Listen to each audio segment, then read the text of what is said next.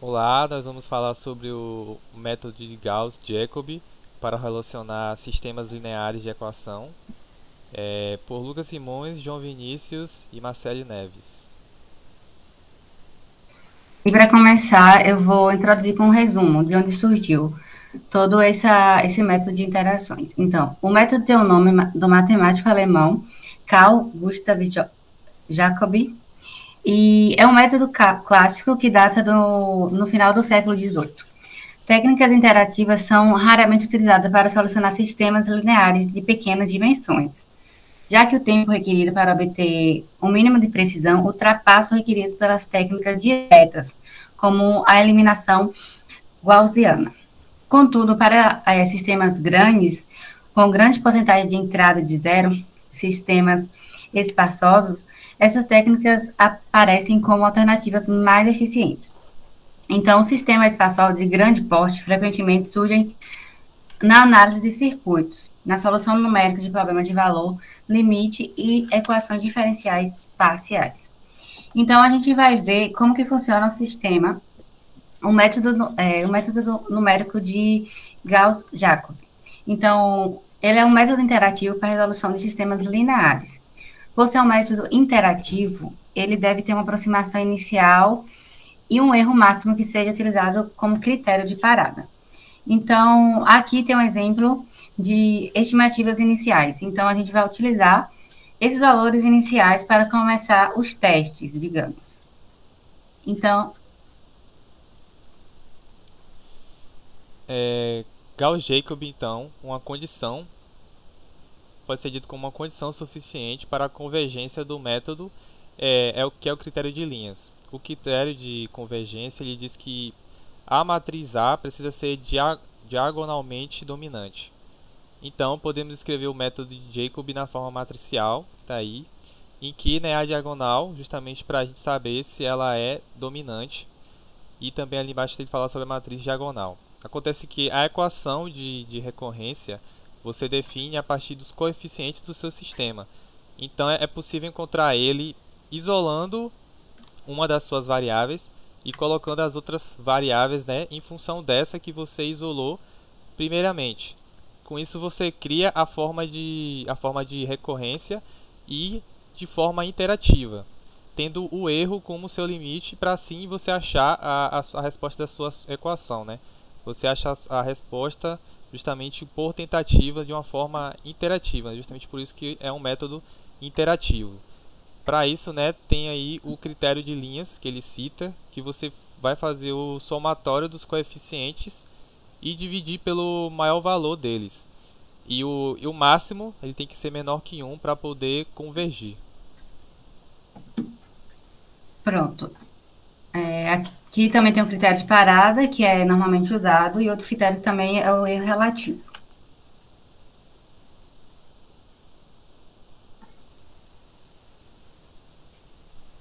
Aí, o erro absoluto ele é o critério que compara os valores das coordenadas de forma absoluta. Ele compara também a diferença absoluta entre dois passos do algoritmo, né? Do algoritmo da forma interativa como se faz o Jacobi, o método de Gauss-Jacobi. Ele não se importa com o tamanho relativo da diferença. Então ele até bota um exemplo aí bastante didático. Ele pede para a gente supor uma solução exata, seja x asterisco igual a 100, 122 e 97. Então ele coloca ali o vetor x igual a 100.00001, 122.00001,97.000. Pode ser bem razoável com aproximação para x asterisco. Você percebe que o método de Gauss-Jacobi justamente, né, ele consegue chegar a valores bem próximos da solução de fato.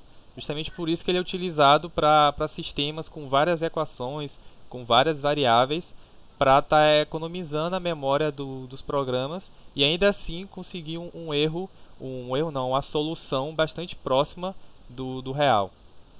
Então ali mais embaixo ele está falando justamente sobre essa questão, né, do erro ser bastante razoável para os valores e contraste essa situação com outra onde o vetor tem valores pequenos.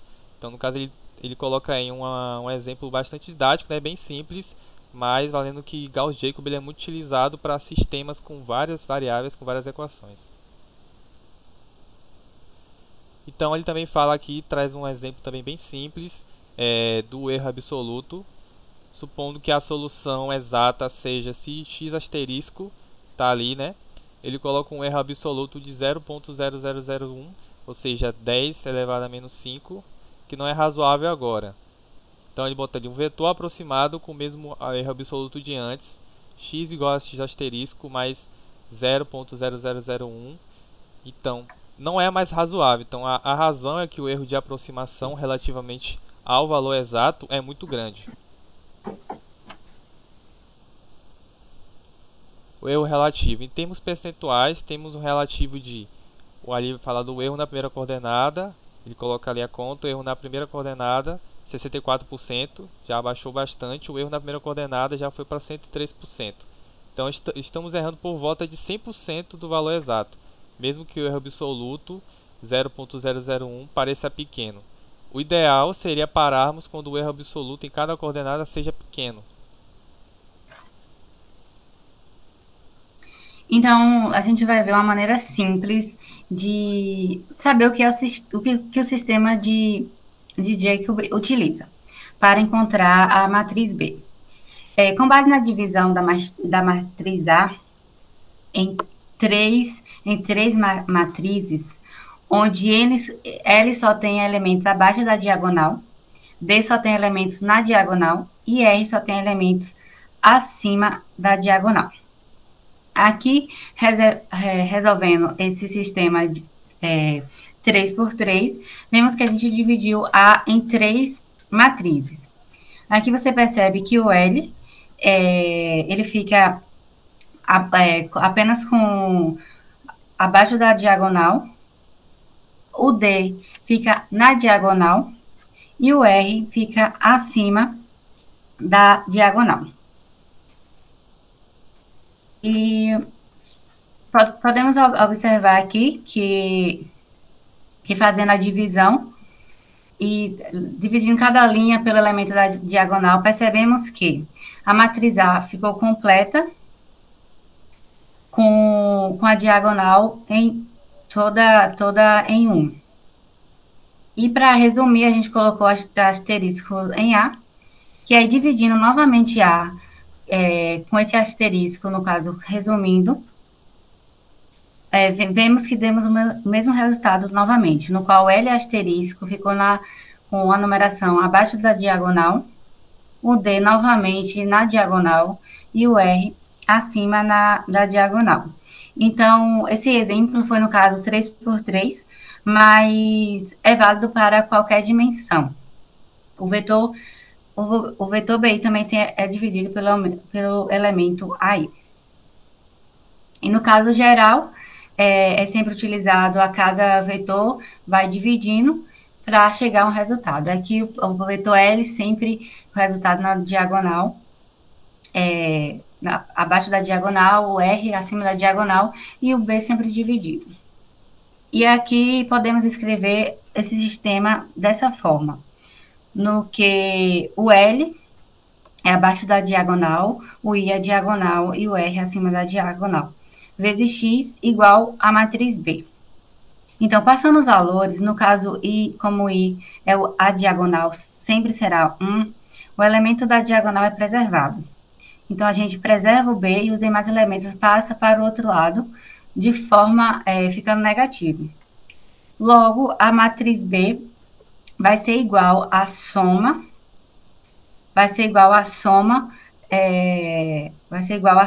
dos elementos abaixo da diagonal superior e os elementos acima da diagonal. Então, a gente vai somar o L mais o R para encontrarmos B, a matriz B. E no caso que ficou negativos os elementos, são também divididos pela diagonal. Assim, vamos utilizar esse resultado que a gente encontrou para fazer o processo interativo, para encontrar X1, X2, X3 e etc. Bom, Na convergência, a gente já viu isso, né? O processo interativo. Tem ali a equação converge se B menor que 1 para ao menos uma norma. No caso de Gauss-Jacob, portanto, o método converge se, por exemplo, a ele cito o critério das linhas, que eu já comentei sobre isso antes, e também ou o critério das colunas. Ele fala que no caso o Gauss-Jacob, o método vai convergir para um desses dois, né? Ou o critério das linhas ou o critério das colunas. Aí mais na frente, do próximo slide, tem explicando um pouco melhor sobre eles. Que a norma linha de uma matriz beta de dimensão n por m, denominada beta L, é definida como sendo a maior soma dos elementos de uma linha, onde cada elemento é tomado um valor absoluto. Ou seja, tem a fórmula ali. Também ele bota mais embaixo o somatório, né? A gente também já viu no outro slide. Como exemplo, vamos calcular a norma da linha da seguinte matriz. Calculando a soma dos elementos de cada linha, tomados um valor absoluto, temos. Então, logo, beta tem um máximo lá de 2,3, 1,4 e 3,5. E a norma coluna, bem parecido, né, com a norma linha. A norma coluna de uma matriz beta de dimensão n por m, denominada beta C, é definida como sendo a maior soma dos elementos de uma coluna, onde cada elemento da coluna é tomado um valor absoluto. Ou seja, tem a fórmula aí, e mais embaixo também coloca um somatório. E coloca também um exemplo mais embaixo de como a gente pode calcular a norma coluna dessa mesma matriz beta, né, que ele cita mais em cima. E aí, no caso, a gente acha os valores absolutos, né, 2,4, 1,5 e 3,3. Então, né? Se a matriz for estreitamente diagonal dominante, isto é, em cada linha o elemento da diagonal é estreitamente maior que a soma de todos os outros elementos da linha, o critério de convergência é automaticamente atendido para B igual a menos, abre parênteses, L elevado a asterístico mais R elevado a asterístico. Então, o critério pedido de x, quando zero, no método de Gauss-Jacob, todos os valores de x da interação k mais 1 dependem dos valores de x da interação k. Por isso, o método é também chamado de método dos deslocamentos simultâneos. Aí a gente trouxe um exemplo aqui agora para vocês. Use o método de Jacob com aproximação x para 0 igual a 0, 0 elevado a t, sendo que t é igual a 10 elevado a menos 4 como critério de parada, para determinar a solução do sistema linear abaixo. Aí tem o sistema, né? Então, na primeira interação, nós vamos encontrar ali o sistema x1 elevado a 1. Isso vai ser igual a 1 meio. Aí abre parênteses, vai ter 1 menos x2 elevado a 0. Essa interação vai dar 1 meio. Na segunda equação, nós temos x2 elevado a 1. Isso vai ser igual a 1 quarto. Abre parênteses, menos 1. Menos x1 elevado a 0. No final de tudo isso vai dar igual a menos 1 sobre 4. Aí embaixo nós temos ali a fórmula para encontrar o erro absoluto, né? Onde vai ter ali x elevado a 1 menos x elevado a 0. Dividido por x elevado a 1. Isso vai dar 1 meio sobre 1 meio, que aí vai ser igual a 1. Aí continua, né? A interação. Agora com um valor maior. Aí x1 vai estar elevado a 2. x2 também elevado a 2. Aí a interação vai se sucedendo dessa forma, né? Você vai aumentando os valores. Aí vai achando o erro absoluto, que nesse caso agora deu 3 sobre 5. Dessa forma você vai ter uma margem de erro menor. Aí agora na interação 19. Você vai encontrar o erro absoluto de 7,3 vezes 10 a menos 5. Então a cada interação que você faz, você vai chegar a um valor mais real, né? Com um menor erro. Então, resumindo, encontramos sequência de pontos vermelhos em que as linhas azuis e verde correspondem às duas equações. Então ali você vai fazendo as interações, vai achando os números e você consegue formar as linhas que representam cada equação.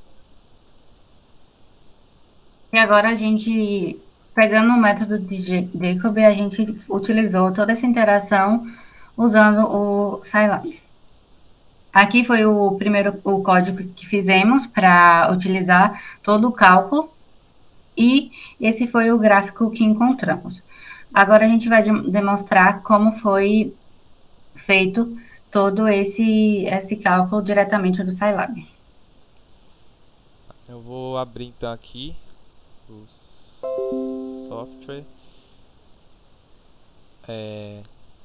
Pronto, vocês estão conseguindo ver.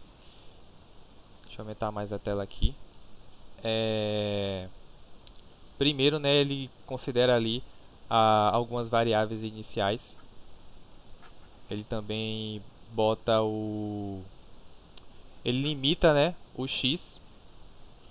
E aí logo após ele faz os vetores para estar determinando justamente essas duas retas aqui que aparecem no gráfico. Essa aqui, a vermelha e a azul. Justamente porque nesse caso aqui, desse programa e do exemplo que a gente pegou, a gente está pegando um sistema linear de equação 2 por 2, né? E por isso que tem duas retas. Duas retas que vão convergir para achar a solução final. Mas então, essa primeira parte aqui que vocês estão vendo, até a parte do plot, né, que ele vai imprimir o gráfico, é justamente para aparecer essas duas retas aqui que estão em azul e a vermelha, que são referentes às duas retas do sistema, que é o sistema 2 por 2, né? Enquanto a reta rosa aqui é justamente a reta de soluções, que vai sendo achada a partir das interações, que ao passar do tempo fica com um erro cada vez menor, até que chega aqui justamente no encontro das duas retas, num erro bem mínimo aqui, seguindo a norma, para a gente achar o resultado. Depois aqui falando um pouquinho mais do programa, depois que ele plota as duas retas aqui principais, ele usa aqui o comando size, justamente para pegar como base o número de linhas e colunas, o número da matriz que a gente está tomando como base, que no caso é uma 2 por 2, né? Mas a gente precisa usar esse comando aqui para ele saber. Depois disso ele faz ali justamente o chute inicial com o vetor nulo. E aí depois aqui a gente também determina o erro, né? Aqui a gente botou 0,001, que seria um erro de 10 elevado a menos 3, número de interações máximas, interação, enfim, como é que vai ser calculado o erro. E logo após aqui a gente monta o comando while, né? Para ficar ali no ciclo, para ficar fazendo as interações, variando x, variando y, toda vez disso colocando o erro. Mais em cima aqui também tem esqueci de falar, colocou o comando aya, né, que vai produzir justamente uma matriz de identidade com as dimensões indefinidas. A gente que define depois, né, depois que a gente fixa essas dimensões. Mas basicamente é isso. Acho que a parte mais importante é essa aqui do while, né, do ciclo, que ele vai fazendo as interações para no fim conseguir chegar na solução final, que é justamente no encontro aqui das duas retas, conforme está sendo mostrado aqui no gráfico. Basicamente foi isso a nossa apresentação do método de Gauss-Jacobi para a solução de sistema linear de equação.